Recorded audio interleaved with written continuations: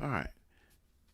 The one thing that stands out to me from the American School Counseling, ASCA 2022, is that school counselors that the standards are counselors are held to versus the school board and elected officials must follow. For example, from Section A.1, supporting student development paragraph, that a school counselor should advocate for fair, anti-oppressive, anti-bias policies. Also states that provide evidence-based solutions to address the needs of students. ASCA 2022. In the news, I've been seeing school boards and elected officials passing laws that will prevent me from upholding this standard. As a school counselor, my responsibility is to help all students regardless of their ethnicity or preferences.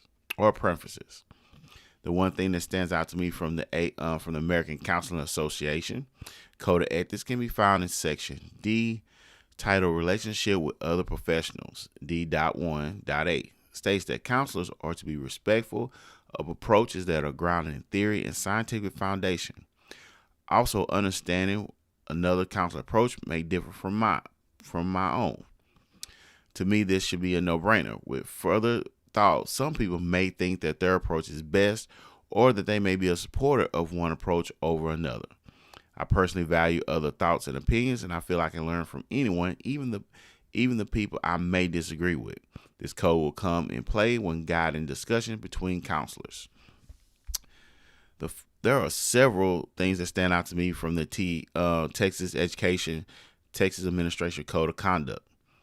The first, school counselors in Texas follow the same ethical code as educators. TA does provide information about what a high-performing counselor should be doing. The second thing that stands out to me can be found in Chapter 247, Rule 247.2, Section D, Standard 3.4. States as follows: educators should not exclude a student from participating in a program, deny benefits, or grant an advantage to a student based on race, gender, disability, national origin, family status, or sexual orientation. This stands out to me because I've been following the proposed laws that the state legislature want to pass. If the laws pass that say that student sexual orientation cannot be discussed or any conversation around such topic does go into effect, I feel it would make it difficult for me as a counselor to help students of all backgrounds.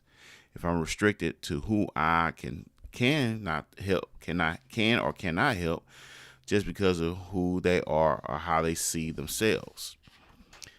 The biggest conflict I see is that the ethics code that must be followed as a counselor or even as an educator would lead me to violating future state laws. The code that I'm sworn to follow expects me to help all students regardless of their background.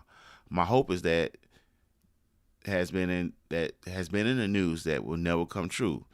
Every ethical code I read will conflict with those proposed laws.